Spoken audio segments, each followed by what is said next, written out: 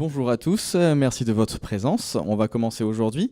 Donc la conférence Enfance, écran et thérapeutique, donc qui va aborder des sujets un peu vastes. On va essayer de la faire, comme je le disais hier, de manière assez interactive, de manière à ce que ce ne soit pas juste quelque chose de trop scolaire, sinon on va s'ennuyer un petit peu, vous et moi. Donc je m'appelle Jean-Paul Santoro, je suis psychologue, psychothérapeute, conférencier et auteur. J'ai mon cabinet sur Draguignan, dans le Var. Je consulte aussi pour une association à Drappe, dans les Alpes-Maritimes. Et je suis salarié dans une maison de retraite dans le Var aussi. Donc je suis spécialisé sur les maladies d'Alzheimer et de Parkinson, sur la haute potentialité intellectuelle et donc sur les nouvelles technologies. C'est pour ça que je suis ici aujourd'hui. Je suis intervenu pendant 1 an et demi en milieu scolaire sur des primaires et adolescents, sur tout ce qui est danger d'Internet, des jeux vidéo. Donc on a parlé de cyberharcèlement, cyberpédophilie, les choix des jeux et tout ça, auprès des enfants et de leurs parents. Et depuis quelques années, je fais les conférences ici au sein du Replay. Donc on a parlé de pas mal de choses. On avait parlé de l'addiction dont on a reparlé hier. On avait parlé de la place du jeu vidéo comme bouc émissaire dans notre société. On a parlé de la violence dans les jeux. On avait parlé de la collection, de la place de la femme dans le jeu. On avait parlé de pas mal de choses. Certaines vidéos des années précédentes sont disponibles en ligne sur Internet. Donc voilà, on va commencer aujourd'hui, donc on parlait de l'enfance et on va commencer sur la place du jeu dans l'enfance. Donc il y avait une pub de la PlayStation quand elle est sortie, la toute première, qui disait « Je joue donc je suis ». Pour reprendre la fameuse citation connue, la place du jeu, elle est centrale déjà au cœur de l'humanité. On trouve des traces du jeu depuis très très longtemps en Égypte et même avant. C'est quelque chose qui est dans notre histoire. Et donc, c'est primordial dans le développement psychique de l'enfant, à tel point que si on voit un jeune enfant qui ne joue pas, ça met tout de suite la puce à l'oreille sur un questionnement psychique sur ce qu'il peut y avoir de problématique. Alors, sur un terme un peu... Bonjour, entrez. Sur un versant un petit peu théorique, peut-être que vous connaissez Donald Winnicott, le pédopsychiatre et psychanalyste britannique. Alors généralement, quand on parle de psychanalyse, les gens connaissent Freud, peut-être un petit peu Lacan. Winnicott est un petit peu moins connu, peut-être, enfin en tout cas en France. Généralement, les gens le connaissent moins. Et c'est quelqu'un qui a travaillé sur toutes les dimensions de la vie du nourrisson. Alors sur le fait de le porter, sur pas mal de choses, et sur les étapes du développement psycho-affectif. Et il parle du fait qu'après un premier temps de plaisir oral, notamment au niveau de la tétée, la mère donne un objet à l'enfant qui s'appelle l'objet transitionnel. Donc dans la pratique, c'est le doudou, tout simplement. Et cet objet transitionnel est une transition entre la mère et le nourrisson. Et le nourrisson va pouvoir faire l'expérience, grâce à ça, entrer, de son propre corps, reconnaître les objets comme étant externes à lui, donc étant non moi, et ça ouvre une ère intermédiaire d'expérience qui fait interface entre le réel, extérieur, et la réalité intérieure.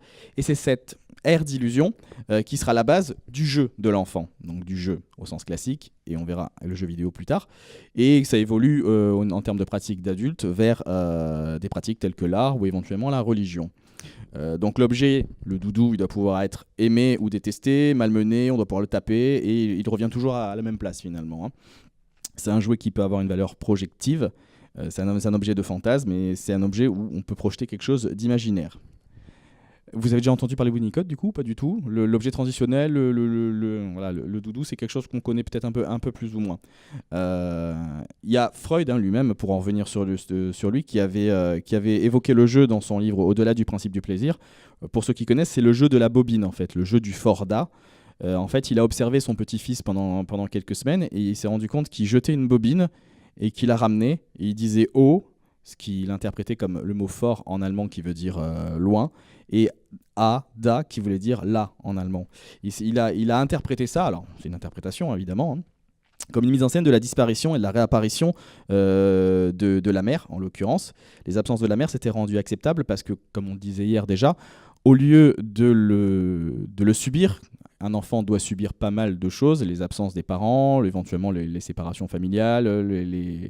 Là, dans le jeu, en général, et depuis tout petit, l'enfant devient acteur justement de ce qu'il ne peut pas maîtriser à l'extérieur, et ça permet de lui mettre en scène, éventuellement de défouler quelque chose dessus, de lui mettre quelque chose de violent, et de le maîtriser finalement. de pouvoir en faire quelque chose. Et est-ce que je suis clair? Est-ce que je parle pas assez vite? Est-ce que tout le monde va bien? Oui. Hum, Et donc c'est intéressant dans l'exemple de la bobine de voir qu'il y a quelque chose d'envoyer de récupérer la bobine. À la base, ça n'a pas de sens, hein, c'est un objet qui était inanimé. Et quand on l'interprète, il venait de créer l'histoire du play. Alors, on l'avait vaguement abordé hier. Winnicott, il a fait une distinction qui existe qu'en anglais, parce qu'en français, on a le terme jouer. En anglais, il y a le terme game et le terme play. En fait, ce sont deux mots différents. Le game, c'est l'aspect organisé d'un jeu. Donc ça peut être un jeu vidéo, video game, un jeu de société. Il y a des règles, c'est quelque chose des règles bien définies, on a une victoire à la fin. Ça, c'est quelque chose qui est défini. Et le play, c'est le jeu libre. C'est ce qui fait que vous donnez 2 bouts de bois à des enfants, ils vont vous inventer un jeu et ils vont faire quelque chose avec. Donc le jeu vidéo, à la base, comme on disait, c'est un video game, donc on peut suivre les règles. Mais malgré tout, on peut plus ou moins, selon le jeu, on peut plus ou moins le jouer, le play à l'intérieur. Et du coup, ça devient une expérience de jeu unique. Alors l'exemple que je donne toujours, ça va être les jeux à univers ouvert, les sandbox. Alors, par exemple, un des jeux qui est connu dans ce domaine, c'est GTA. Alors GTA, on va en revenir tout à l'heure, naturellement n'est pas pour les enfants, pour plein de raisons. Mais les jeux à univers ouvert, on a une trame, un scénario, mais il y a des gens qui passent leur temps à aller, je sais pas moi, faire des cascades avec des camions, ou aller sauter, faire des cascades dans des falaises, ou n'importe quoi d'autre. Donc à partir de quelque chose qui est déterminé, l'enfant ou l'adulte arrive à faire autre chose, à jouer justement. Et dans certains jeux vidéo, en tout cas, c'est possible. Et dans cet état justement de play, où on invente quelque chose avec ce qu'il y a un état proche du retrait finalement, une ère de réalité psychique qui implique le corps mais quand même un petit peu décalé. Il y a une distinction entre le réel du matériel et un vécu imaginaire. Les deux sont naturellement indispensables au développement psychique. L'enfant, d'une manière générale, appréhende le monde, son corps, en manipulant des objets, en interagissant avec eux. Donc, en manipulant les peluches, les cubes, en tentant de mordre Sophie la girafe, en les cassant, en les jetant, éventuellement en se les prenant dans la tête quand il y a un retour d'objet. On voit concrètement qu'il y a la gravité qui existe, que les objets ne se traversent pas entre eux et qu'ils ne se téléportent pas, qu'un objet, quand je mets là, il est toujours là, qu'un objet solide, ça peut faire mal. Toutes ces dimensions-là physiques. Et le fait aussi qu'un objet continue d'exister quand je ne le vois pas. Si je pose un cube, que je vais ailleurs et que je reviens, a priori, si on ne me l'a pas déplacé, il est toujours au même endroit, donc il continue d'exister en dehors de ma présence. Ce qui permet donc de figurer pour le nourrisson l'absence des parents et donc de continuer que puisse exister une personne, une continuité, que justement l'univers soit continu, il ne s'arrête pas comme ça. Ça va, je continue, tout le monde va bien, parce que je parle beaucoup et vite là, donc vous m'interrompez, comme je dis, n'hésitez pas à me poser des questions s'il y a quoi que ce soit, si c'est pas clair. Donc Winnicott proposait que c'est seulement en jouant que la communication est possible. Ça en revient à ce qu'on disait tout à l'heure. Et le jouet peut devenir un objet intermédiaire, et devient généralement un objet intermédiaire avec les pairs, P-A-I-R-S, c'est-à-dire que c'est par le jeu que l'enfant va aller communiquer avec les autres. Alors, jeu physique, et on en avait un petit peu abordé hier, justement, le jeu vidéo peut permettre cette communication avec les pairs. On va y revenir juste là. Alors du coup, si le jeu, c'est quelque chose qui est au cœur du développement de l'enfant. Dans une société technologique comme la nôtre, où les écrans sont un peu partout, la forme vidéoludique s'est positionnée comme au cœur de la société du coup. Et donc le jeu, lorsqu'il est présent dans la vie de l'enfant, il a une fonction. Il n'est pas là pour rien normalement. Mais du coup, on pourrait se poser la question, est-ce que sa version technologique, comme c'est en accord avec la société actuelle, ça devrait finalement être la forme la plus adaptée au développement de l'enfant? Et en fait, pas forcément, et voire même peut-être pas. Justement, peut-être, ça peut être l'inverse. On va essayer de détailler pourquoi. Donc, comme on l'a dit, le développement moteur et cognitif du jeune enfant passe par la manipulation d'objets tangibles en 3 dimensions. Les jeux vidéo, hormis la Wii, la Switch ou Kinect et ce genre de choses, où on bouge effectivement son corps, mais la plupart, ce sont des objets plats, en 2 dimensions. Vous le savez sans doute, si vous êtes là, c'est pas pour rien non plus, qu'il y a quasiment tous les semaines ou tous les mois une nouvelle étude validant le fait que les écrans soient nocifs pour les jeunes enfants et ils sont diffusés dans les journaux, sur les réseaux sociaux et tout ça. Alors, Il faut être très vigilant quand ils sortent des études. On a vu que des mauvaises études mal interprétées ou mal menées tout simplement pouvaient être erronées et donner une mauvaise opinion. Toutes les études par exemple sur la violence des jeux vidéo qu'il y avait au début ont été contredites par d'autres études et au final il faut vraiment peser le pour et le contre en termes de méthodologie, d'échantillons, de conclusions abusives et quand des études se contredisent. Par contre, quand il y en a beaucoup qui vont toutes dans le même sens, on peut commencer à se dire qu'a priori c'est peut-être pas n'importe quoi quand même, hein. Donc du coup, il faut savoir que même si c'est la mode en ce moment de parler de ça, c'est quelque chose qui est connu quand même depuis un moment, les effets négatifs des écrans. Est-ce que quelqu'un connaît cet ouvrage ? TV Lobotomie. Alors c'est un ouvrage qui est sorti pour la caméra. C'est un ouvrage qui est sorti en 2008, je crois. Donc c'est à l'époque où les tablettes et les smartphones venaient juste de démarrer. On n'avait pas encore trop cette problématique-là. Enfin, ça commençait. Et donc l'auteur Michel Desmurger, c'est un docteur en neurosciences. Alors, si on regarde la 4e de couverture derrière, c'est assez racoleur, hein. C'est vraiment quelque chose de... Il fait des conclusions sorties de leur contexte. Ça donne envie d'acheter le livre, hein, donc c'est vraiment pour ça. Mais il y a quand même du boulot, hein, quand même. Il a fait une méta-analyse de plus d'1 millier d'études, qui sont toutes référencées à la fin, qui valident le fait que... Alors lui, il parle des écrans en général, de la télévision, que c'est délétère pour la santé, d'une manière générale. Donc il s'agit de la télévision au sens large. Il parle, lui, des programmes télévision, des programmes de télé et des jeux vidéo aussi. Il met un peu tout dans le même panier. Et donc, il cite des études qui démontrent le fait que la consommation d'écran a une influence négative sur l'intelligence, la concentration, le sommeil, l'obésité, la consommation de produits toxiques et bien plein d'autres choses encore. Alors, lui, il est assez intégriste, hein, de ce point de vue-là. Il prône la suppression pure et simple de la télévision et des écrans en général. Je pense que c'était pas adapté en 2008, ça l'est encore moins maintenant. Il y a une place aux écrans naturellement dans la vie de l'enfant et des adultes en général. Il faut juste qu'elle soit adaptée à l'âge, limitée dans l'utilisation et adaptée au profil tout simplement. Alors d'une manière générale, de tous les écrans, c'est la télévision, le programme télévisuel qui est le plus néfaste pour l'enfant. Parce que du coup, il n'y a pas d'interaction et l'enfant, le spectateur en général, même adulte, est victime finalement d'un flot de manière passive, d'un flot d'images et de sons qui surcharge son esprit sans forcément apporter quoi que ce soit. Alors, on peut participer, n'hésitez pas. Non, je disais parce que je montrais un extrait d'une étude qui montrait des enfants qui passaient plus de 3 heures sur télévision et qui on a demandé de dessiner un bonhomme. Et ensuite, des enfants qui passaient plus de 3 heures de télévision par jour, et on leur a demandé de dessiner le même bonhomme. Et la différence entre les dessins est assez parlante. Oui, exactement, c'est exactement ça. Voilà, et il me semblait bien que ça faisait partie de cette étude-là. Voilà, effectivement. Et c'est assez révélateur parce que nous, dans les écoles, on s'en rend bien compte. Et on arrive à déceler dès la maternelle, effectivement, les enfants qui passent... Vous êtes enseignante ? Oui, d'accord. Qui passent beaucoup de temps sur écran ou pas, grâce à de simples dessins. Alors ça, c'est le test. À la base, le dessin du bonhomme évolue selon les âges. Et ces études prouvent qu'effectivement, sur une utilisation excessive d'écran, il y a un décalage. L'auteur, il a tendance à le réduire en disant qu'il vaudrait mieux ne pas en avoir du tout. C'est ça, où je suis pas forcément... Il est un peu trop carré de ce point de vue-là. Mais oui, vous avez parfaitement raison par rapport à ça. Donc, le pire de la télévision, voilà, comme je disais, c'est les programmes télévision. Moi, j'oppose ça au DVD ou à Netflix, par exemple, où on a un choix et on ne suit pas quelque chose de continu. Mais je vous rappelle la célèbre phrase du coup de Patrick Lelay, qui était l'ancien directeur de TF1, qui disait « Ce que nous vendons à Coca-Cola, c'est du temps de cerveau humain disponible ».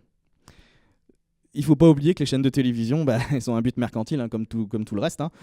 Donc, c'est des programmes qui sont étudiés pour la majorité, donc le niveau baisse, et de manière à pouvoir rendre le consommateur docile. Je vous invite vraiment à lire cet ouvrage, même s'il est daté d'il y a plus de 10 ans. Il y a énormément de références. Encore une fois, il a l'air abusif au début, mais comme il cite toutes les études une par une, du coup, on a vraiment l'impression qu'il y a quand même quelque chose, même s'il en fait, lui, une interprétation un petit peu exagérée, quoi.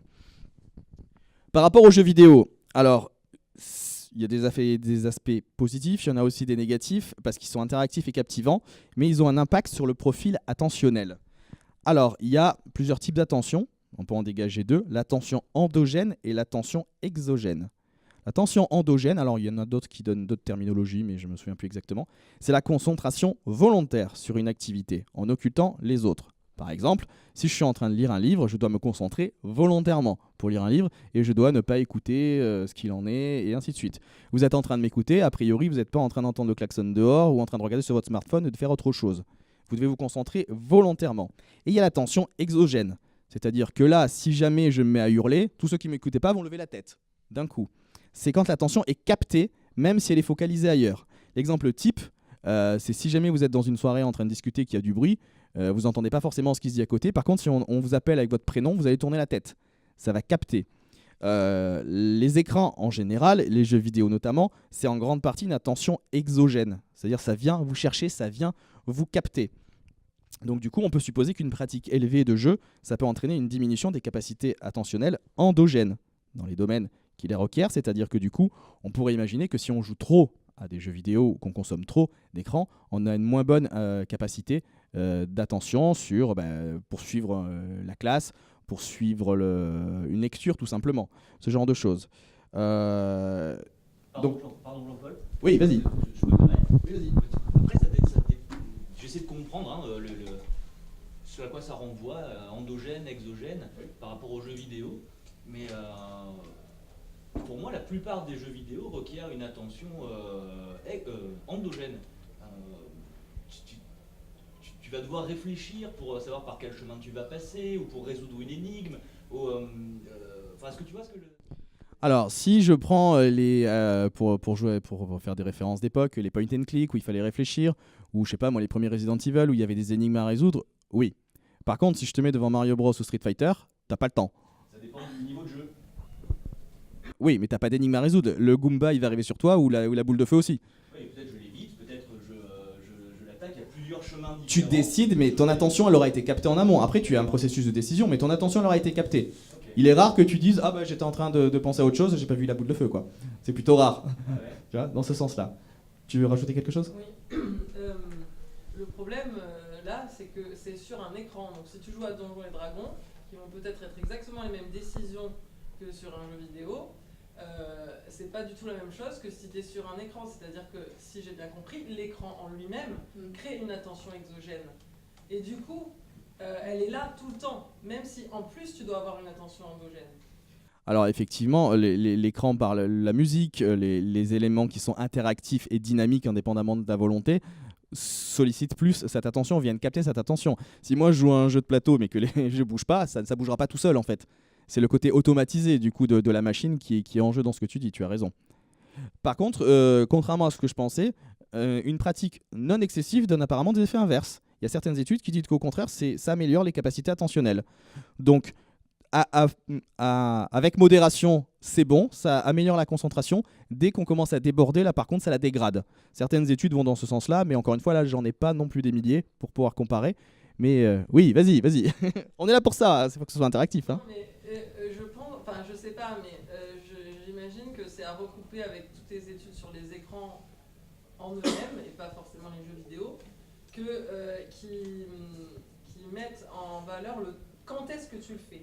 C'est-à-dire que si tu fais ces exercices, même si ça dure que 20 minutes de jeux vidéo qui te donnent une meilleure attention avant d'aller te coucher... Ah, ça c'est la page d'après dans la conférence. Juste avant d'aller à l'école, oui, tu as amélioré ton attention sur le jeu vidéo, mais tu n'es plus capable d'apprendre à lire juste après. Alors, oui, on va parler justement d'utilisation des écrans en fonction des moments de la journée, effectivement. Peut-être que les gains sont dans certains contextes, comme je le disais, une certaine quantité dans certains contextes. Il faut vraiment le prendre avec des pincettes, hein, cette affirmation, mais on va voir ce qu'il en est. Mais dans tous les cas de figure, hein, quelles que soient les capacités attentionnelles, une touche sur une manette ou un slide sur une tablette, ça remplace jamais les manipulations réelles. Moi, j'ai déjà vu des scènes complètement ahurissantes où il y a des parents qui se félicitent de voir des nourrissons en train d'empiler des cubes sur une tablette et qui n'arrivent pas à le faire en vrai. Sur des vrais cubes. C'est pas une évolution aussi, une régression, évolution même de l'humain, on va dire. Parce qu'avant on faisait ça, pas virtuellement, mais maintenant on bascule dans un monde virtuel. On se retrouve avec des cases de réalité. Mais la vraie vie, Je sais bien. Alors, Mais justement, oui, les compétences ce que je suis en numériques. train de dire, c'est qu'on Ouais, bascule bah dans Alors, le côté virtuel. Oui, monsieur, les compétences numériques sont utiles dans les métiers de l'avenir où il y en aura de plus en plus, bien évidemment. Sauf qu'a priori, dans le futur, vous aurez toujours besoin de vous lever, de vous laver, de manger, de parler, de conduire une voiture pour aller travailler. Oui, oui. Il faut avoir ces compétences, mais pas au détriment des autres, en fait. Parce que même s'il y a de plus en plus d'écrans dans le futur et tout est automatisé, technologisé, on aura toujours un besoin physique et tangible dans le rapport à l'autre et dans le rapport à la réalité, tout simplement. Ça me fait penser au film Wall-E, je sais pas si vous l'avez vu. Vous me l'avez enlevé de la bouche, j'allais le À dire. la fin, voilà, c'est exactement ça. Ils sont tous lobotomisés devant leur Mhm. ordi et ils font tout par ordinateur. C'est un peu ça. Est-ce que c'est là qu'on va? Bah, le but, c'est qu'une prise de conscience justement de ça permettrait non moins de l'éviter, au moins de ralentir, quoi, d'y aller moins vite. En tout cas, une chose est sûre, c'est qu'une trop grande consommation d'écran à un jeune âge, ça entraîne un retard des acquisitions motrices et cognitives. Alors quand je dis jeune âge, c'est un jeune âge, on va le détailler, hein.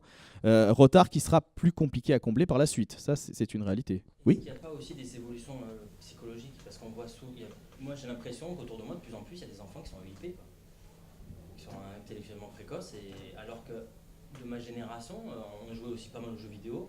Je pense pas qu'on soit tous des abrutis maintenant. Donc, Alors, et pourtant on jouait pas mal. Moi quand j'ai eu quel que soit votre niveau d'intelligence, Non, mais même on peut si- pas savoir ce qu'aurait été notre génération si on l'avait pas eu, en fait. C'est ça, mais nous on a connu le début des jeux vidéo. On a joué pas mal aussi. Enfin moi j'avais la Game Boy, tout ça, j'ai eu toutes les consoles et je jouais pas à outrance, mais je jouais pas mal. Quand je vois ma fille, elle joue pareil. Mais j'ai pas l'impression pourtant d'être plus un abruti que maintenant les jeunes de maintenant qui jouent aussi beaucoup. Alors, il y a deux choses. Encore une fois, on peut pas savoir ce qu'on aurait été si on n'avait pas eu ces outils. Ce qu'il dit dans l'ouvrage, c'est intéressant. C'est peut-être que oui, on sait pas. Peut-être que si on avait moins regardé la télé, moins joué aux jeux vidéo, ben on aurait peut-être tous un métier qui correspondrait un peu plus parce qu'on aurait fait un peu plus d'études. On aurait un métier qui correspondrait un peu plus à nos attentes. On serait peut-être un peu moins angoissé pour ceci. Peut-être on serait moins addict au tabac ou à l'alcool. On peut pas savoir du coup. Mais c'est sûr, maintenant, on peut observer maintenant ce qu'il en est. Et je pense que dans les années 80 et 90, la consommation d'écran, même s'il y avait un temps de jeux vidéo, n'était pas la même que maintenant. Pour moi, le moment où ça a vraiment dérapé, c'est l'arrivée des smartphones. Parce que du coup, ça rend un écran omniprésent, alors qu'avant, quand vous alliez à l'école, quand vous alliez travailler, vous avez très peu sur vous-même. Là, maintenant, c'est ça, en fait, pour moi, à ce moment-là où ça a vraiment dérapé, et ça a pu passer sur un niveau trop, en fait. Attention, il y a peut-être plus d'enfants à profil atypique, mais le QI général, il monte pas, hein, il baisse. Hein. Alors, il y a des études qui prouveraient qu'aux États-Unis et en Europe, le niveau de QI aurait baissé de 4 points, ou je sais plus, dans les 10 dernières années. Apparemment, il y a des études qui auraient tendance à dire que finalement c'est mal compté, c'est mal calculé. Ça se discute, hein, ça c'est quand même quelque chose à valider. Oui, après ça pose la question de la légitimité des tests d'intelligence aussi, qui sont un outil métrique et qui mesurent pas non plus le côté de l'intelligence humaine. Enfin, c'est un bon outil, mais ça reste limité malgré tout, hein, donc bien évidemment. Je me suis dit sur l'évolution, si je peux me permettre, effectivement, des smartphones et de la disposition qu'en ont les enfants. Moi, quand j'étais à l'école, pas si longtemps que ça quand même, hein, mais quand j'étais... j'ai 25 ans, mais quand j'étais à l'école, il y en avait peut-être 2-3 déjà qui avaient des smartphones en CM2. Alors actuellement, moi je suis en CM2 et ils n'ont pas le droit d'avoir le téléphone dans le cartable, donc ils les déposent dans mon tiroir le matin. Mais là, la loi vient de changer, non? C'est maintenant justement, Oui, c'est obligatoire. Oui, mais donc justement, ils les déposent dans mon tiroir avant de rentrer en classe. Sur mes 27 élèves, j'ai 22 portables dans mon tiroir. Sur quelle tranche d'âge, du coup, vous avez dit? CM2. Ça fait 10 ans, c'est ça? Oui, j'ai 22 portables dans mon tiroir. Ce sont clairement des chiffres qui ne m'étonnent pas. Oui, non, mais moi malheureusement, non plus. ça ne m'étonne pas. Non, pas. mais moi non plus, ça ne m'étonne pas. Mais ce que je veux dire, c'est que c'est assez hallucinant. Le problème, c'est que moi qui ai des 2 ans et demi, 6 ans, je pense que si je faisais pareil, j'en aurais quand même quelques-uns. Alors, justement. C'est fou dans ton tiroir. Ah ouais. Alors Dieu merci, ils sont éteints, mais enfin quand même. Alors, c'est là où dans la conférence j'avais écrit, mais je sens pointer votre désaccord, effectivement. Donc c'est là, je suis raccord avec vous. Les écrans peuvent pas être si toxiques que ça. Alors, j'ai pas dit ça. Ils peuvent être toxiques à un certain degré d'utilisation et à un certain âge. Leur utilisation doit être encadrée, limitée en fonction de l'âge pour éviter les effets pervers, tout simplement. Alors, je fais souvent référence à ça. Ça commence à dater un peu, mais c'est pas mal parce que ça parle. Tout le monde a déjà entendu ça? C'est pour la caméra. Voilà, le fameux 36912 du psychiatre Serge Ciceron. Alors c'est simple, ça vaut ce que ça vaut, mais en tout cas c'est un repère assez pratique. Pas de télévision avant 3 ans, pas de jeux vidéo avant 6 ans, pas d'internet avant 9 ans, pas de réseaux sociaux avant 12 ans. Les chiffres sont faciles à mémoriser, c'est mnémotechnique. Concrètement, il est clair que... Oui, que se passe-t-il, jeune fille? Vas-y, exprime-toi, tu es là aussi pour ça. J'ai pas compris. Elle est outrée. Pourquoi? Non, parce que la réalité du terrain est tout autre. Voilà, c'est ça. Mais c'est ce que je disais en fait. Hein. C'est Moi... comme les parents sont les méchants. J'ai pas compris. Les parents sont les méchants. On leur interdit de faire ça, alors tout le monde dit qu'il faut pas faire ça, on le fait, mais les enfants sont pas d'accord. Alors, il se trouve que à l'époque où c'était moins connu, les parents passaient pour les méchants, clairement. Moi, je passais pour un fasciste parce que du coup, mais ta fille, elle regarde pas, elle a 2 ans et demi, elle regarde pas la télé, mon Dieu, la pauvre de quoi enfin, c'est pas. Donc voilà. Maintenant, comme ça commence à être plus connu, ça commence à être plus accepté, et comme pour beaucoup de choses dans l'éducation des enfants, ils vous remercieront à l'âge adulte. Hein, de toute façon, c'est pas maintenant qu'ils vont pouvoir forcément tout. Oui, Yann. Dernière petite question, après je m'excuse, il va falloir que j'y aille. Mais je voudrais revenir à lancement de ta conférence, quand tu parlais des enfants, du stade oral, de la manière dont l'enfant se développait. Est-ce que le fait de tenir ce discours informatif pour nous, adultes, en la présence d'enfants, ça fausse pas un petit peu la chose? Est-ce que ce sont des informations qu'on peut donner aux petits? Tiens, tu fonctionnes comme ça, tu vois, là, à ce moment, tu es au stade truc. Alors, les stades, les stades de développement, c'est à titre indicatif, c'est quelque chose qui sera compris, je pense, un peu plus tard. En tout cas, c'est pas quelque chose qui doit être caché, je pense. Par contre, après, les conseils sur l'utilisation des écrans, c'est de la guidance parentale, normalement. C'est des conseils, après, chacun fait ce qu'il veut, évidemment. Mais que les enfants puissent entendre que c'est pas pour rien que c'est interdit et qu'il y a quand même des raisons, même si après, au final, peut-être dans 20 ans, on tiendra notre discours, hein. Mais en tout cas, à ce jour, si on essaye de faire ça, c'est parce qu'il y a quand même des gens qui réfléchissent et qui pensent que ça peut être bien. Je pense que c'est pas mal de pouvoir entendre ça pour un enfant en général. Après, on est d'accord, on n'est pas d'accord, ou on va rentrer dedans même. Hein. Ouais, mais c'est ce que les enfants vont en faire. Par exemple, tiens, on va organiser un concours de bonhomme. Tiens, moi je le dessine mieux que toi, j'ai 50, ça veut dire que tu regardes la télé. Un truc comme ça, et bim. Je sais pas. Jusqu'à présent, j'ai pas vu d'effet pervers du fait de tenir un discours dans ce sens-là, mais bon... Le problème, ça dépend de l'âge, parce que s'ils sont vraiment petits, les pauvres, enfin, je sais pas. Moi, j'ai des élèves, c'est pas eux qui choisissent à la maison si la télé elle est allumée 24 heures sur 24, quoi. Les pauvres, on regarde, oh, tu dessines pas bien le bonhomme, c'est la faute de tes parents. Enfin, non, mais c'est horrible. Je pense pas qu'on en arrive là, a priori. Hein. Des relations horribles entre enfants, il y en a. Oui, c'est fréquent, mais quoi. bon, Voilà. le but, c'est de leur... Ça, moi, je suis pas forcément d'accord pour la télé. La télé, elle Oui. évolue aussi, mais moi, j'ai passé toute mon adolescence dans la télé. Comme je dis, je suis pas un abruti, je suis quand même... Ça vous tient à cœur, hein, ça, apparemment. Non, mais c'est pour dire, c'est qu'on dit que ça les lobotomise, mais c'est pas vrai. Moi, j'ai quand même beaucoup regardé la télé, je regardais le Club Dorothée, pourtant, à l'époque, c'est le Club Dorothée, c'était le diable. Hein. Alors, je dis pas que... Moi, je vais pas parler du terme de lobotomie. moins de programmes pour enfants, là. J'ai pas parlé de lobotomie, moi. Hein. J'ai pas parlé de lobotomie. Mais il y a plusieurs choses. C'est que, encore une fois, peut-être que vos capacités, enfin nos, puisqu'on est de la même génération, nos capacités attentionnelles auraient été peut-être plus performantes si on n'avait pas connu ça, ou moins, on va dire. Et encore une fois, si on regardait le Club Dorothée le soir à 16h30 en rentrant, ou le mercredi, c'est pas la même chose que d'avoir un écran à disposition tout le temps. C'est vraiment pas la même chose. Par contre, ce qui se voit sur les programmes télévisuels maintenant, encore une fois, c'est qu'indépendamment du fait d'être omniprésent, il y a un formatage pour en faire des consommateurs. Et ça, voilà, les gens regardent parfois la télévision en pensant qu'ils se détendent après la journée de travail.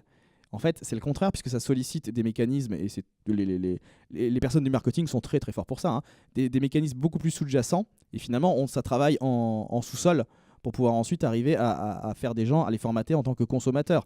Mais alors après, est-ce que je veux être contre ça? C'est presque une idéologie. C'est-à-dire, est-ce que le capitalisme, dans ce qu'il a de négatif, je rentre dedans ou je le rejette, ça appartient à chacun. C'est presque idéologique, éthique et politique. Ça concerne chacun. Mais est-ce que j'accepte d'être un consommateur passif? C'est d'accord, mais ça, c'est une limite dans le temps. Parce que, enfin, si j'ai bien compris, admettons qu'un enfant, un jeune enfant qui est en apprentissage, un enfant de moins de 6 ans par exemple, est devant la télé toute la journée, même si tu t'en fiches qu'il devienne un consommateur, ça va avoir des conséquences sur son apprentissage, sur le langage, sur la lecture. Alors la partie apprentissage c'est après aussi. On va en parler, oui. Donc après il y a le temps, il y a aussi le contenu, mais il y a le temps. Il y a une question de timing. Alors là on a donné des indications sur les âges. Encore une fois, ce sont des indications. L'enfant ne sera pas forcément dans des pathologies lourdes, n'aura pas forcément de retard lourd systématique si c'est décalé un petit peu en termes des âges qu'on a dit, c'est des repères. Mais moi on me demande des conseils. Alors les familles et les enfants qui arrivent en thérapie, ils n'arrivent pas pour rien. C'est que déjà il y a une problématique et qu'on est conscient qu'il y a une problématique. Donc c'est quelque chose. Mais généralement il y a 4 règles qui sont très simples et qui sont plus ou moins communiquées maintenant. C'est pas d'écran dans la chambre, hein, parce que ça permet de contrôler la durée d'utilisation et le contenu, tout simplement. Alors ça c'est valable pour les enfants, c'est valable pour les adultes aussi d'une manière générale. Alors comme il y a des enfants, je vais utiliser des mots choisis. C'est qu'il y a des études qui prouvent que la vie intime des adultes a tendance à diminuer avec l'arrivée de la télévision dans la chambre et des smartphones dans la chambre. Et si on suit la courbe, ça veut dire que si la technologie continue à évoluer, d'ici 20 ou 30 ans, les couples n'auront plus du tout d'intimité. Ce qui va faire que du coup la courbe de fertilité va commencer à descendre sérieusement. Donc la chambre, ça doit être l'espace de jeu pour un enfant, et pour les adultes, ça doit être l'espace soit du sommeil, associé au sommeil, soit de l'intimité. Autre chose, généralement, c'est pas très bon, surtout quand ce sont des écrans. Oui. C'est pas au Japon justement qu'ils ont un souci sur la sexualité. Julien, tu es spécialiste du Japon, tu veux commenter? Ouais, il disait que si ça continuait comme ça, d'ici 200 ans, il n'y aurait plus de japonais. Ils font même plus avoir, quoi. Ils sont plus 200 ans. Il y a pas mal de reportages qui passent justement sur le sujet et c'est assez impressionnant. Il y a beaucoup de plus en plus de célibataires de plus en plus tard, des personnes qui n'ont jamais eu de relation du tout et des couples qui vivent ensemble depuis 10 ans, 15 ans et qui n'ont plus du tout de vie intime. Donc oui, c'est quelque chose qui est problème de société, j'ai envie de dire, et qui est lié en partie, évidemment, mais à la présence des écrans. Donc pas d'écran dans la chambre, d'une manière générale, ni pour les enfants, et après pour les adultes, vous faites ce que vous voulez, mais... Alors, moi, comme je dis, je n'ai pas de patient asiatique dans ma patientèle, donc je n'ai pas de point de comparaison. Par contre, ce que je peux voir, c'est que du point de vue des lectures que j'ai pu avoir, tout ce qui est, par exemple, communication non verbale ou ce genre de choses, c'est assez différent du reste de la planète. J'ai lu pas mal de choses qui laissaient voir une population avec des caractéristiques différentes. Et je n'ai pas forcément d'explication, puisque l'insularité, ça explique pas tout. Dans ce cas-là, l'Australie, les Caraïbes, la Corse, c'est des îles aussi. Donc, mais c'est vrai qu'après, c'est une population que je connais pas du tout. J'ai jamais eu de patient japonais ou asiatique au sens large du terme. Donc, je peux pas en dire grand-chose, effectivement. Mais j'aurais tendance à dire que la technologie est un peu plus omniprésente de ce que j'en peux en voir dans les reportages, oui. Mais du coup, ce qui peut donner une idée de ce que serait notre futur. Même si... c'est une supposition. Donc, pas d'écran dans la chambre. Deuxièmement, ne pas consommer d'écran avant d'aller à l'école.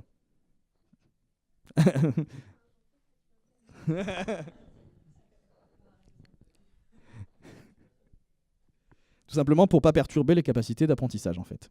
Ça, c'était assez courant avant les dessins animés, avant d'aller à l'école. Maintenant, ça commence à se faire un peu moins, je pense. Pas d'écran avant d'aller au lit. Alors, il y a un timing, ça dépend des écoles, c'est au moins une demi-heure, ça peut être 1 heure, parce que tout simplement, ça peut perturber le sommeil. Pour la sollicitation en termes de stimulation, que ce soit jeux vidéo ou télévision, mais aussi pour la fameuse histoire de la lumière bleue. Ça, tout le monde en a sans doute entendu parler. Comme quoi la lumière bleue des écrans LED, c'est-à-dire tous les écrans actuels, générerait justement le signal que c'est pas le moment de dormir. Mais du coup, il y a de plus en plus maintenant de lunettes anti-lumière bleue qui existent. Donc soit si vous portez des lunettes, vous pouvez les faire filtrer directement. Moi, je porte pas de lunettes, j'ai acheté des lunettes exprès pour ça. Et force est de constater qu'a priori, ça améliore un peu la qualité, effectivement. Quand on sert d'écran juste avant d'aller dormir, ce filtre améliore un peu la qualité du sommeil. Ça a l'air d'aller dans ce sens-là. Je sais pas si c'est 100% des humains, mais en tout cas, ça a l'air d'avoir un plus. Oui. Ah. Oui, alors sur les dernières versions d'Android, on peut le filtrer, effectivement. Jeune homme. Sur PC aussi, il y a de plus en plus d'applications qui se développent pour PC. L'écran, du coup, devient un peu plus jeune et ça baisse.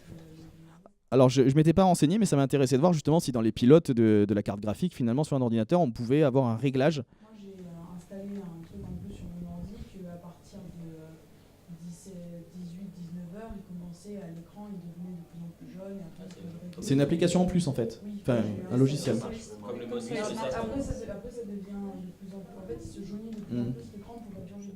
Alors après, la réduction de lumière bleue et les filtres anti-lumière bleue, ça filtre une partie. Évidemment, sinon l'écran il serait tout jaune, il n'y aurait pas du tout de lumière bleue. Donc ça résout pas non plus tout le truc. Si jamais vous voulez regarder les écrans avant d'aller vous coucher avec un filtre, c'est mieux. Le mieux étant de garder ce temps d'une demi-heure ou d'une heure pour discuter, pour lire, pour rêvasser ou ce genre de choses. Oui, pour parler aux parents, lire des histoires, ce genre de choses.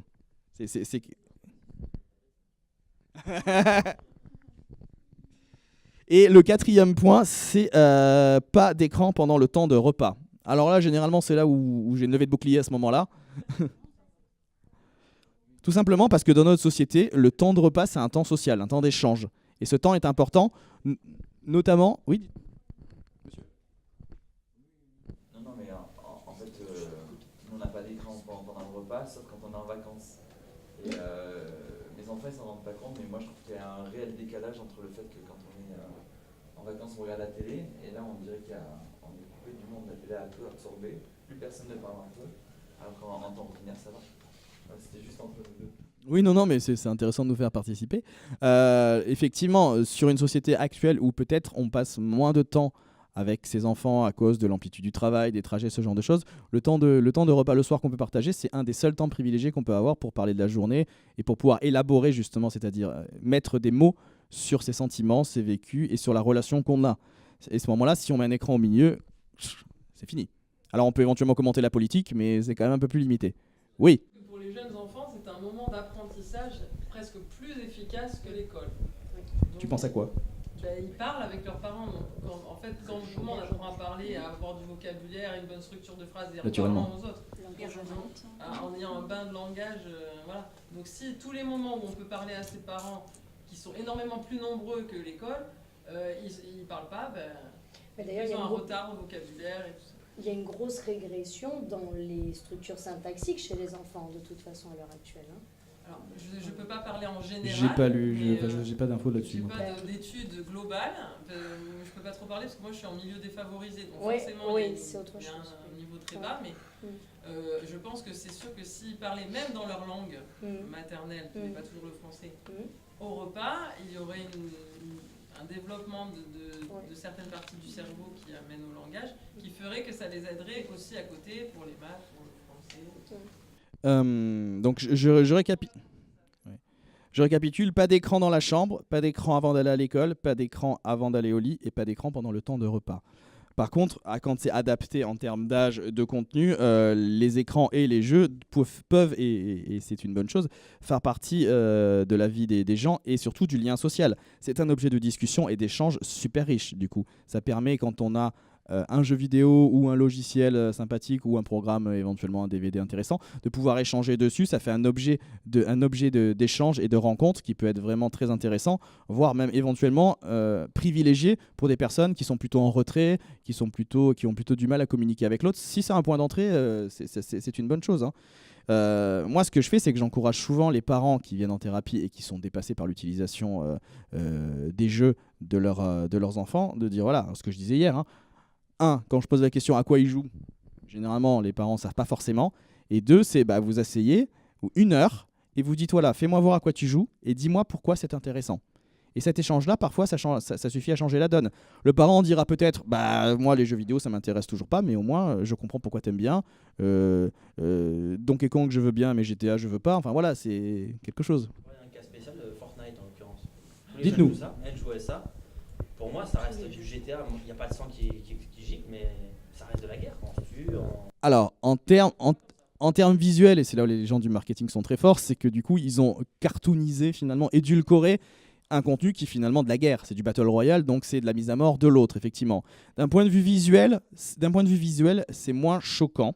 L'information est moindre. Mais il y a quand même une notion d'abattre l'autre et de notion de compétition, pour gagner, il faut que je tue les autres. Et moins de coopération que ça, donc. En vrai, c'est pas tuer quelqu'un. Quand tu fais quoi, toi? C'est des kills, c'est même pas des tues, ils font des kills maintenant. Ils tout anglicisé. To kill. Tuer. Si, ça existait déjà, mais quand on jouait à Street Fighter. Oui, mais nous on voyait Street Fighter, on voyait que c'était violent quand même.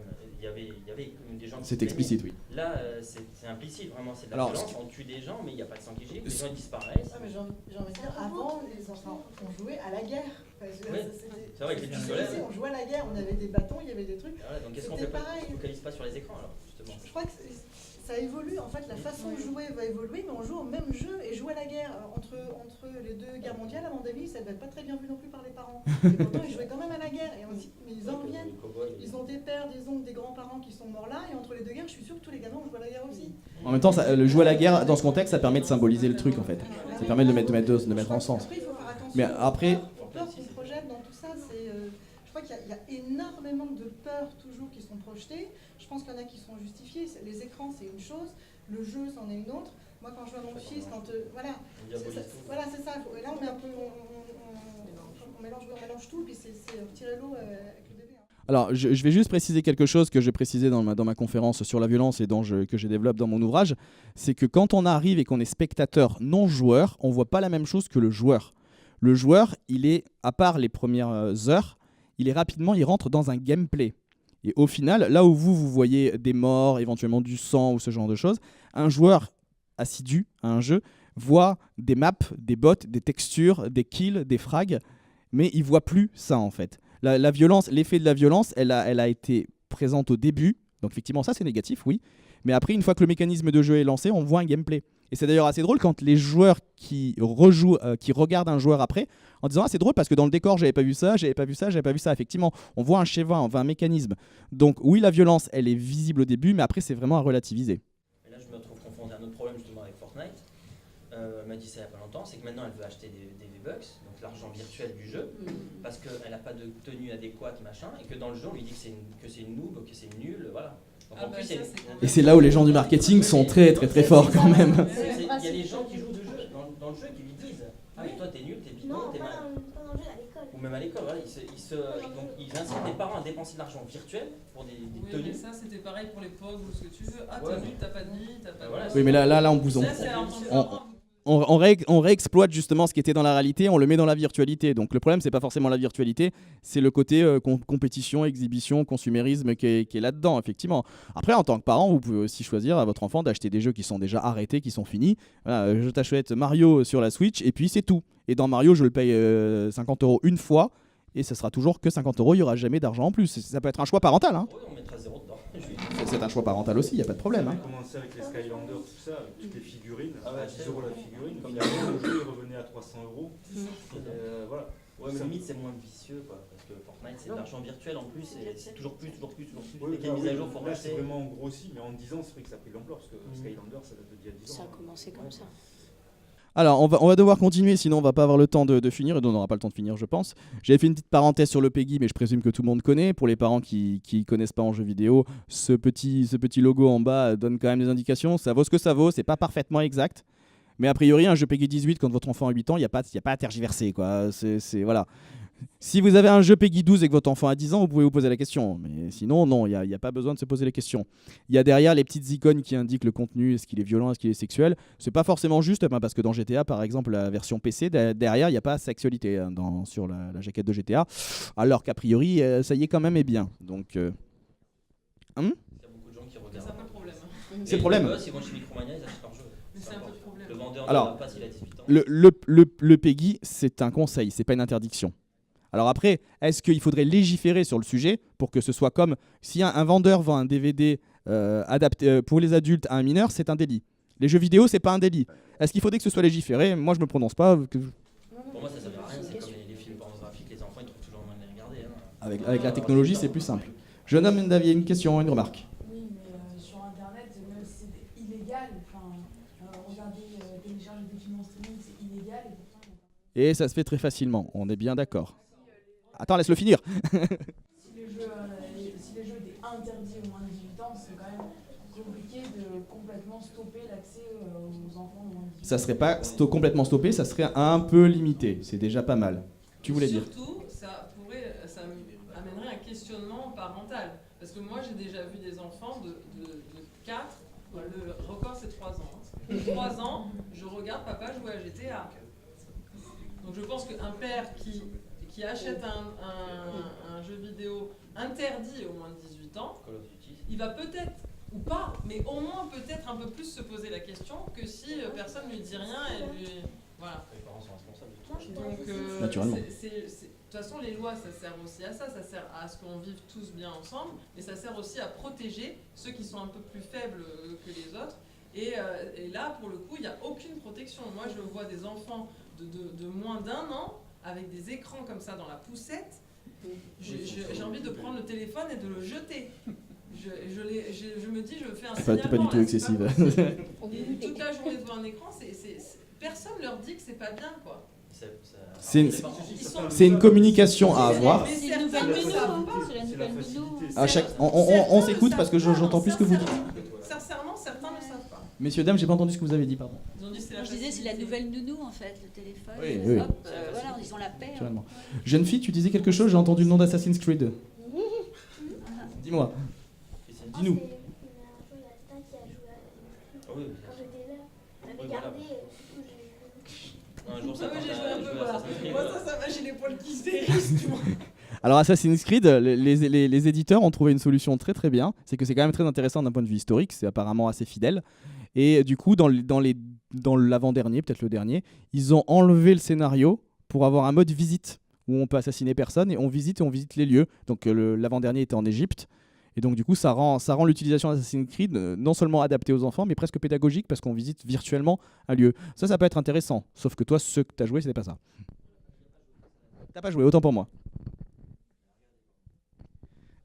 Alors, on va pouvoir enchaîner parce que sinon on terminera pas. Déjà, quelle heure est-il? Ah, c'est bien, ça avance vite. On va parler d'apprentissage. Et là, je pense qu'il va y avoir des choses à dire aussi.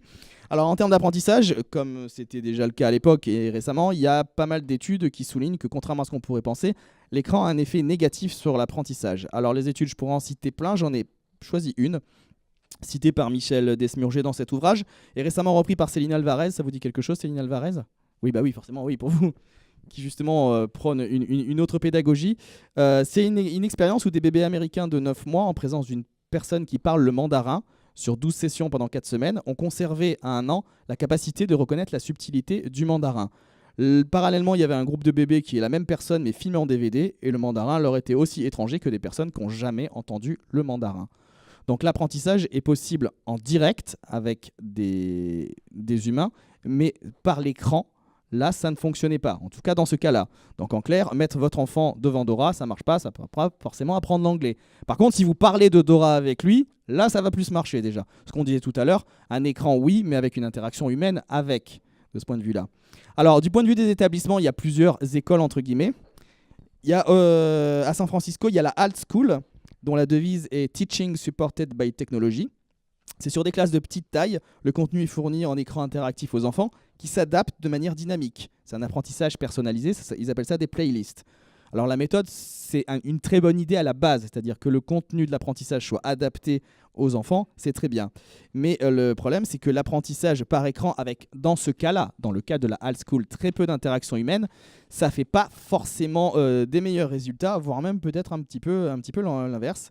Donc depuis 2016, il y a certains parents qui retirent leur enfant de l'école, par exemple. Dans la même veine, il y a la Khan Academy qui font les pionniers des MOOC, des cours en ligne, qui essayent de prendre, mais ça ne prend pas forcément. Alors, je vais donner d'autres exemples, mais je ne vous ai pas donné la référence. Il y a un reportage qui s'appelle Demain l'école, qui est passé sur Arte il y a quelques temps, deux épisodes de 50 minutes. Il est encore en replay pour à peu près 1 mois.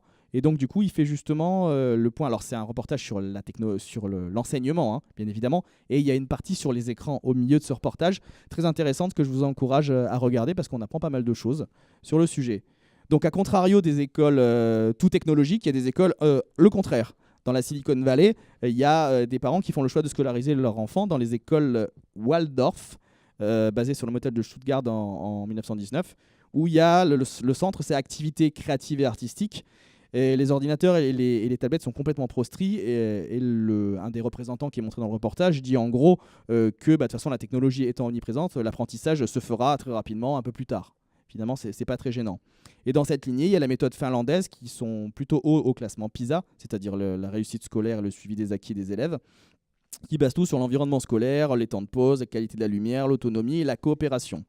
Et l'idée, c'est qu'un apprentissage laisse plus de traces mnésiques quand associé à une activité manuelle et sensorielle, donc pas avec des écrans. Est-ce que vous voulez dire quelque chose d'une troisième alternative ? En synthèse, vous avez 3 minutes. Non, mais c'est intéressant parce que du coup, là, j'ai pris les deux modèles opposés. Vous avez peut-être un entre-deux, vous. Oui, nous, c'est un peu spécial. On a ouvert l'année dernière une école, ce qu'on appelle démocratique, de type Sudbury. C'est une école, en gros, où les enfants sont complètement libres, de 6 à 19 ans. Ils sont tous ensemble. Il n'y a pas de prof, pas de cours, pas de notes. En gros, ils font au niveau des activités ce qu'ils veulent toute la journée. La contrepartie pour que toutes ces libertés individuelles marchent ensemble, c'est qu'ils doivent gérer leur école de A à Z. Que ça soit dans les finances, que ça soit dans le fonctionnement, dans le règlement intérieur et tout ça. Le gros problème effectivement auquel on est confronté nous, c'est la peur des parents et des adultes en général sur les écrans, parce que bien sûr ceux qui arrivent à 13-14 ans jusqu'à 18 ans ont comme occupation principale les écrans, quelle que soit la forme. J'étais pas chaude du tout à l'époque, je suis psychothérapeute à la base, j'étais mariée avec un gamer informaticien, donc, et plutôt manuel, moi, donc assez contre en général des écrans. J'ai dû revoir mon approche en psychologie, en éducation et en tant que parent aussi par rapport aux écrans, parce que j'ai vu aussi beaucoup d'enfants. On accueille beaucoup d'enfants avec des phobies scolaires, phobies sociales, des 10, enfin beaucoup d'enfants qui sortent des classes. Et j'ai dû revoir cette approche parce que sur le terrain, on constate complètement autre chose. Ils apprennent à se lever le matin, ils apprennent à avoir du plaisir, à échanger, à partager.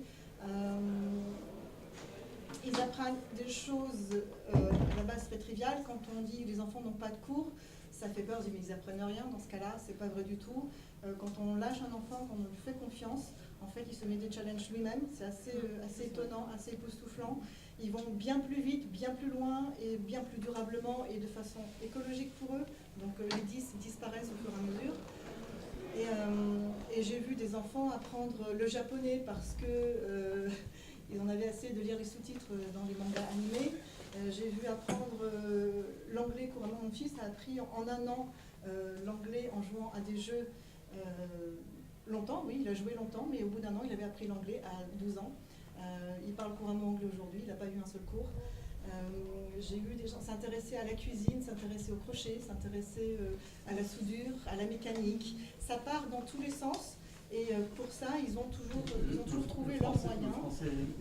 Alors le français, on le fait différemment. Le français, nous, ça se fait dans le conseil d'école, conseil de justice, ils sont responsables. Il y a un secrétaire, il doit écrire les comptes rendus. Les comptes rendus sont affichés sans faute. Donc, mais est-ce qu'ils apprennent la grammaire? On va pas tarder à terminer la parenthèse, mais... Ils apprennent tout ça, mais d'une façon complètement différente. Ils apprennent justement en faisant, quand vous le disiez, en le faisant, dans la pratique, dans du sens. C'est quelque chose qui fait sens parce qu'ils vont le pratiquer quand on écrit un compte rendu. Voilà. Quand ils font un compte rendu et que c'est bourré de fautes, ils sont obligés d'apprendre la grammaire pour qu'il n'y ait pas de faute. Mais on ne va pas le faire dans un cours où on va dire on fait ça, ça. Moi je prends les phrases, je dis allez viens on va voir. Pourquoi tu as fait cette faute-là? Qu'est-ce que tu crois qu'il se passe? Quelle règle est derrière? Et on y va comme ça. Mais là du coup ça fait sens parce que c'est bien un compte rendu qui est bien de choses en classe. Voilà, c'est du quotidien, c'est du vécu, il y a du sens pour eux et du coup ça l'enseignant est là pour leur apprendre. Juste savoir s'ils passent les diplômes d'État. Pardon? Ils passent les diplômes d'État. En candidat libre, comme dans toutes les écoles.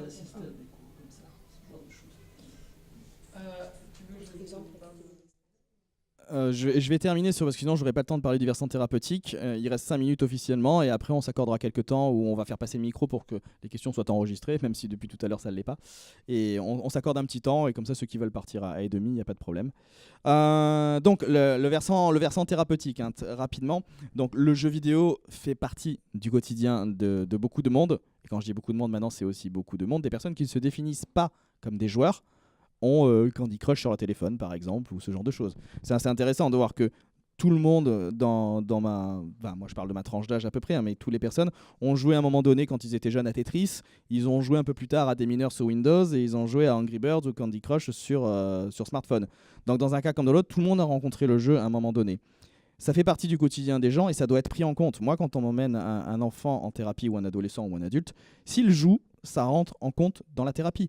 J'avais un patient, je le suivais, et qui, pendant la séance, m'expliquait les jeux auxquels il jouait, qu'il faisait des modes dans le jeu, qu'il gérait des serveurs, qu'il faisait des vidéos sur YouTube et qu'il les publiait.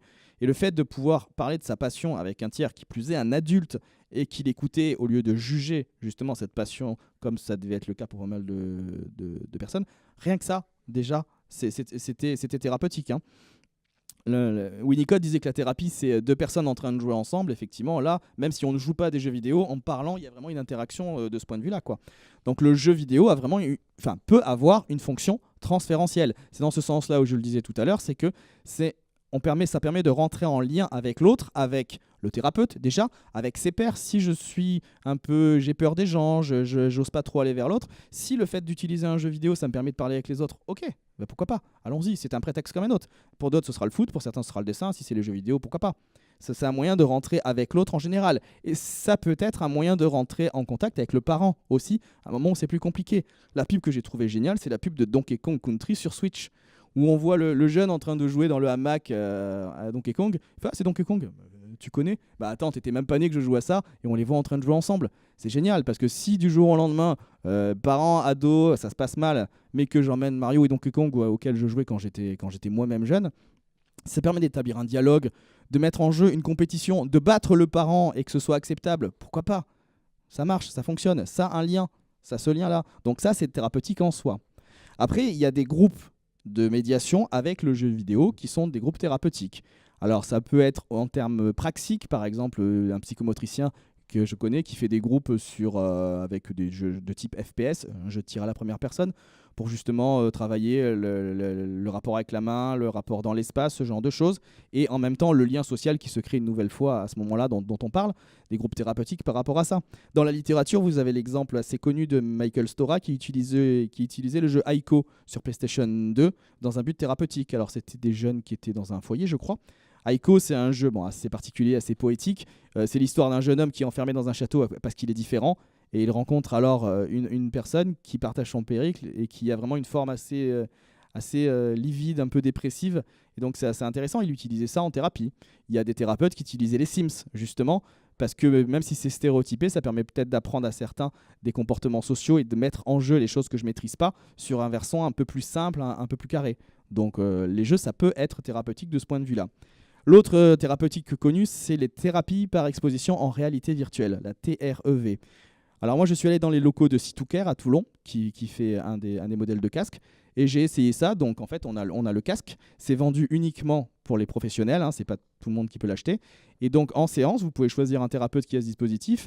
Et alors si vous avez phobie du vide, de la foule, des grands espaces, des araignées, de l'avion, de la claustrophobie, de parler en public, des troubles du comportement alimentaire, de l'addiction, il y a des applications à chaque fois pour ça. Vous mettez le casque, le thérapeute est à côté de vous, donc vous êtes en sécurité. Et il vous permet d'appréhender progressivement sur plutôt une méthode comportementaliste. Ça permet justement d'appréhender ces problématiques et de les faire avancer. Ils ont bossé avec 13 centres hospitaliers. Apparemment, il y a pas mal de résultats positifs. Mes collègues qui utilisent ça sont plutôt contents, disent que ça fonctionne plutôt pas mal. Donc, c'est un outil. Alors après, est-ce que c'est un jeu vidéo ? J'ai envie de dire oui et non, parce que c'est bien un environnement en 3D mappé, c'est ça. On a bien un espèce de petite joystick qui permet d'avancer, de reculer, mais le but du programme, c'est pas de jouer et de s'amuser, c'est de mettre dans une situation en collaboration avec un thérapeute. Passer un visite virtuelle, mais avec des conditions particulières. Et alors, effectivement, voilà, c'est vraiment ça qui est en jeu. Donc oui, c'est un écran qui est thérapeutique, mais est-ce que c'est un jeu vidéo? J'aurais tendance à dire que non, dans ce sens-là. Après, c'est vrai que c'est assez impressionnant. Moi qui suis pas du tout, j'ai pas du tout le vertige. Quand je me suis penché comme ça devant en haut du building, j'ai fait wow, ça fait quand même, c'est quand même assez réaliste, assez saisissant. Donc c'était un processus assez intéressant, je pense. Donc si vous allez sur le site de C2Care, c'est de Care. Vous avez la liste des thérapeutes qui utilisent ce dispositif si vous avez envie de prendre en charge une phobie en utilisant cette méthode-là. Donc c'est plutôt pas mal. L'autre chose que moi j'ai éprouvé, c'est auprès des personnes âgées. Là oui. Alors ça c'est quelque chose... Oui, c'est quelque chose qui fonctionne pas mal, hein. J'ai utilisé WeBullying et c'est assez intéressant parce qu'avec certaines pathologies de démence où les apprentissages sont très difficiles, je me rendais compte qu'au fil des semaines, quand je leur présentais la Wiimote, ils disaient je connais pas, mais ils faisaient les gestes beaucoup plus spontanément, j'avais plus besoin de leur expliquer. Donc un apprentissage en mémoire qu'on appelle procédurale, c'est-à-dire la mémoire du savoir-faire, était possible alors que consciemment, il n'avait pas. C'était vraiment intéressant. Il y a quelque chose, par exemple, on m'a dit qu'il y avait un résident qui était golfeur quand il était plus jeune, et je le voyais quand on jouait au golf dans Wii Sport, je le voyais en train de faire le swing comme ça, donc il y avait quelque chose qui se remémorait pour lui. C'est intéressant, et j'ai pu en parler avec lui, il avait des vagues souvenirs, donc c'était intéressant. Et en termes d'humeur aussi, il y avait des personnes qui sont littéralement apathiques, c'est-à-dire qui ne bougent pas de la journée, qui n'ont pas d'expression. Elle a quand même essayé comme ça, elle a fait un strike au bowling, j'ai eu faire. Qu'est-ce qui se passe? Donc vraiment quelque chose d'interactif que je maîtrise alors que mon corps est très limité. Avec la Wii, on peut vraiment faire juste ça, même si le thérapeute aide, hein. Et ça peut vraiment quelque chose. J'ai fait quelque chose dans le lien social, tout le monde l'a vu, et je suis heureuse. Donc si ça a pu apporter ça à ce moment-là, je trouve que c'était plutôt thérapeutique de ce point de vue-là. Pile à l'heure. Je crois qu'on va s'arrêter là pour aujourd'hui de mon côté. J'ai dû zapper quelques bouts, hein, encore une fois. Mais on a, si vous voulez, 5-10 minutes, on peut se poser des questions, encore des échanges. Quelqu'un veut rajouter quelque chose? Alors, au regard de tout ce qu'on a parlé, j'ai vu que ça suscitait pas mal de débats, donc on pourrait en parler pendant des heures. On n'aura pas des heures, mais si vous voulez rajouter quelque chose? Micro. Oui, on n'a pas passé le micro, mais là, oui.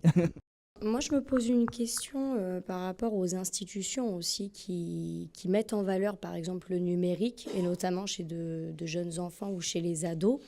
Je ne sais pas si vous avez eu des retombées, c'est pour ça que je me permets de m'adresser peut-être à ceux qui connaissent le sujet, Oui, de l'expérimentation qui a été faite dans l'Académie d'Aix-Marseille concernant des professeurs de langue, parce qu'avant j'étais prof de langue étrangère, avant d'être instite, et il y a eu une expérimentation qui a été faite pour supprimer, entre guillemets, le présentiel du professeur et de se retrouver avec des vidéoconférences en lieu et place des cours traditionnels.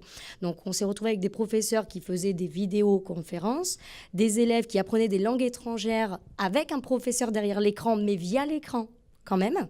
Et je sais pas, je me pose la question parce qu'on prône le socio-constructivisme, des Vygotsky, machin, bidule, tout ça, la construction sociale de la notion pour mieux apprendre, etc.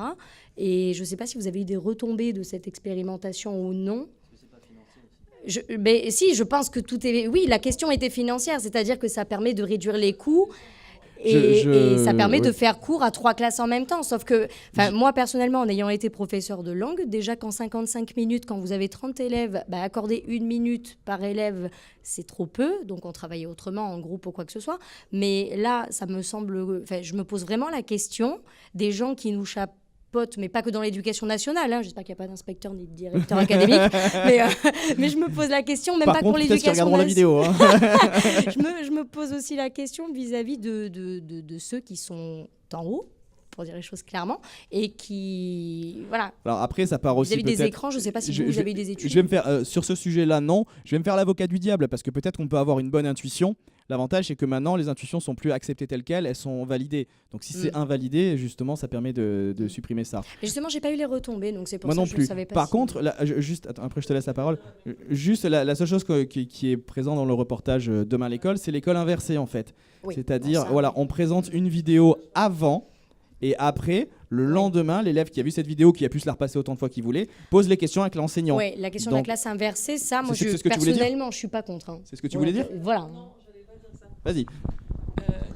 J'allais dire concernant l'apprentissage par les écrans, justement dans le reportage Demain l'école, là, il montrait une expérimentation d'un chercheur de Aix-Marseille qui voulait systématiser, un travail autour de l'apprentissage de la lecture et vraiment d'un exercice du cerveau sur un exercice qui leur semble fondamental pour apprendre à lire, sur 20 minutes, 3 fois par semaine sur une tablette.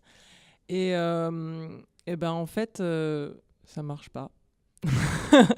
En fait, ils ont fait 2 classes. Ils ont fait une classe où il y avait donc ils faisaient pendant 20 minutes vraiment cet exercice 3 fois par semaine et tout. Et ils ont fait une autre classe parce qu'en fait, dans les expérimentations nouvelles, il y a un biais, c'est que quand il y a un truc nouveau, les enfants sont motivés. Donc ils Ça font s'appelle l'effet Hawthorne. Voilà. Donc là, ils ont gagné 5 mois de lecture en 3 mois. Donc ça pourrait paraître positif. Sauf qu'ils ont fait la même chose dans une autre classe, mais en maths. Et en fait, les enfants, juste parce que dans leur classe, il y avait un truc nouveau, ils ont aussi gagné 5 mois de lecture en 3 mois. Donc en fait, ça marche pas plus que la méthode traditionnelle. Voilà. C'était le Graphogame, le nom du logiciel. Voilà, Graphogame, oui.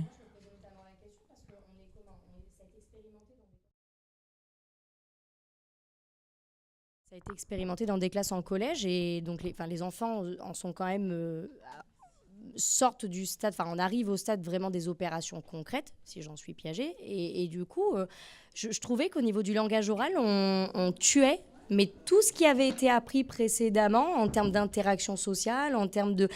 personnellement, les langues étrangères, je ne vois pas comment c'est possible. La lecture, encore, ça peut être un apprentissage qui peut être très individuel, bien que je ne sois pas pour la question de l'individuel. Apparemment, ce serait positif pour les dyslexiques aussi. J'ai vu dans le reportage ce genre de choses. Moi, personnellement... Les logiciels sur les tablettes. Moi, en ça collège... ça peut dans certains cas. Parce que moi, en collège, j'ai eu 2 dyslexiques lourds, très lourds. Bon, après, c'est peut-être lié à la langue que j'enseignais, parce que l'italien, c'est une langue qui convient très bien aux dyslexiques et qui font des inversions. Mais en l'occurrence, moi, j'ai eu des dyslexiques très, très lourds. Ils n'ont jamais eu recours aux écrans. Et pour autant, ça, je ne l'aurais jamais dit, mais moi, je me le faisais parce que ça me servait d'indicateur. Ils étaient 1er et 3e de ma classe en italien. Alors évidemment, moi, le classement, ils n'en ont pas eu vent. Mais moi, ça me permettait d'avoir des indicateurs. Ils étaient excellentissimes. Donc, moi, je me pose vraiment la question de savoir ce qui motive...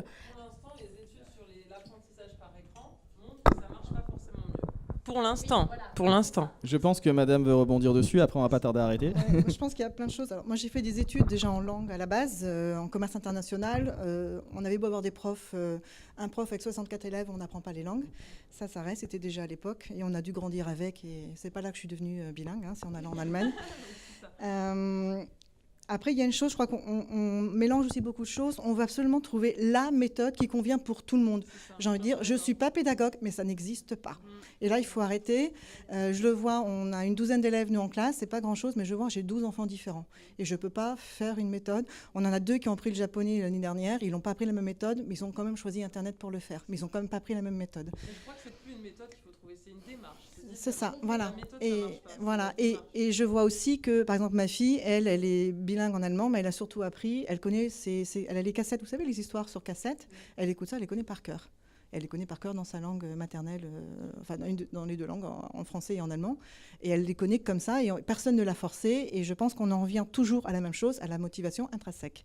Et ça ne changera rien.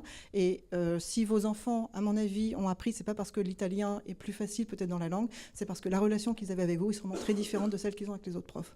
Quand un enfant n'apprend pas, ou quand un enfant apprend beaucoup de choses, vous pouvez sur 95% des cas, aller voir, c'est sa relation prof qui fait toute la différence, et pas la matière. Je suis d'accord. Aurélia ?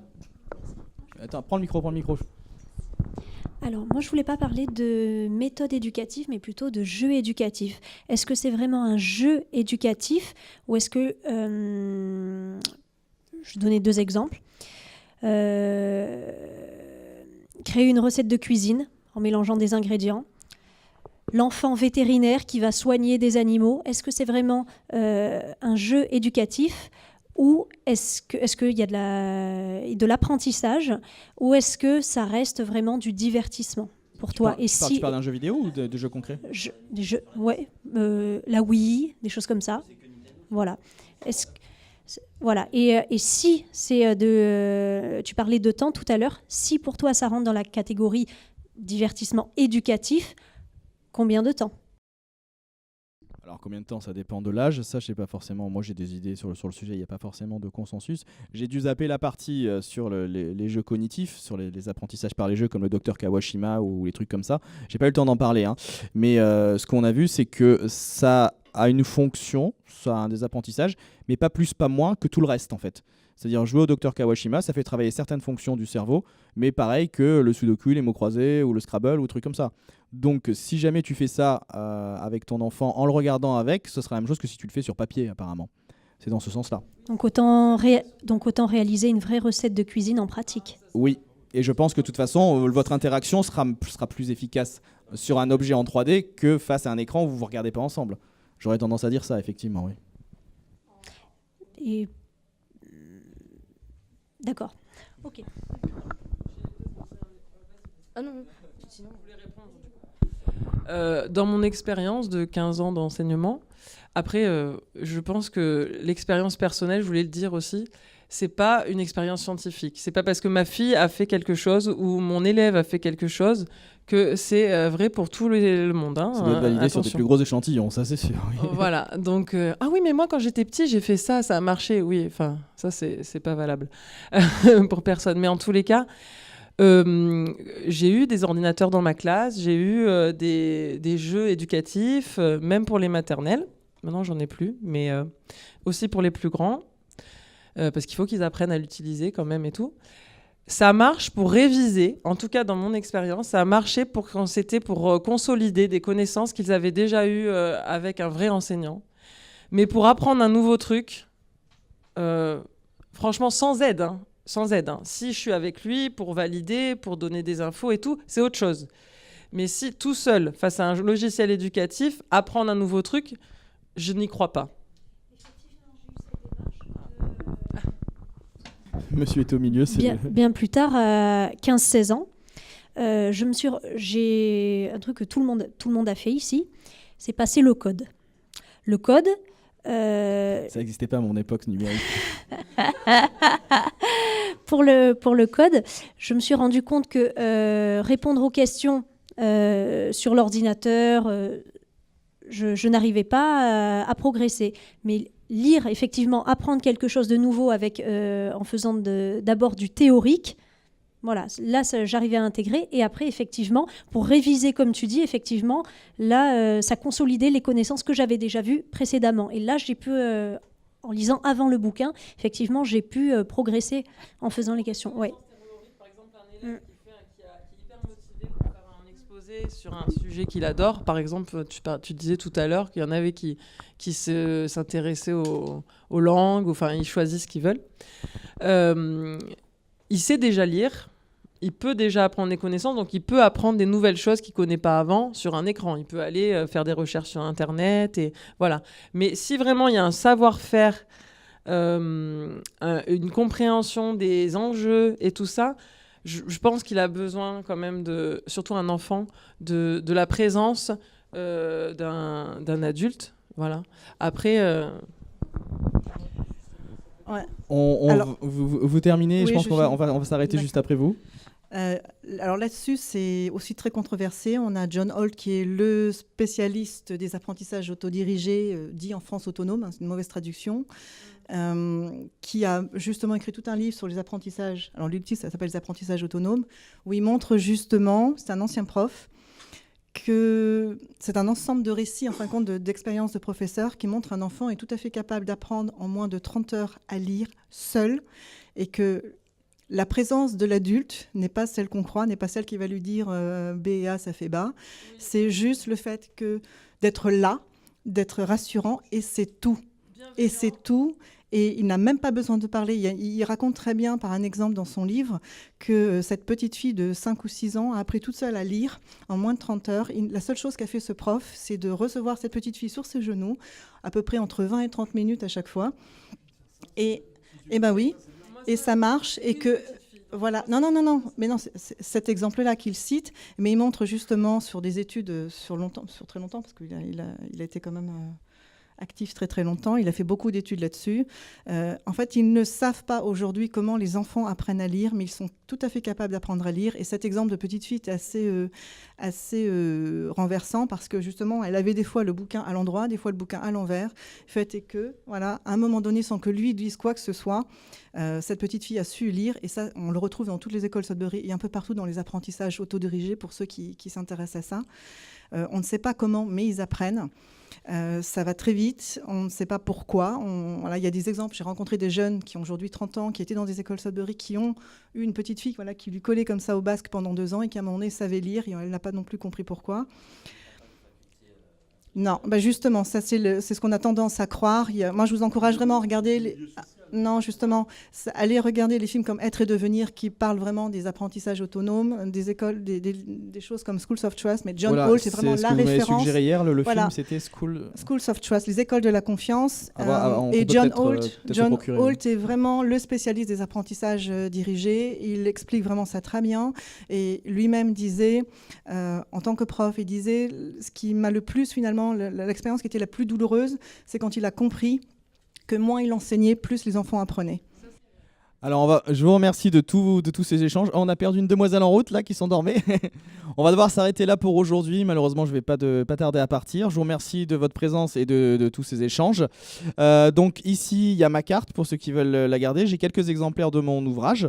N'hésitez pas à me suivre sur Internet, sur mon site jeanpaulsantoro.fr ou la page Facebook Jean-Paul Santoro, psychologue clinicien, pour voir les prochaines conférences, les prochaines interventions et tout ce qu'il en est. Je vous remercie et puis à bientôt. Et merci à la technique.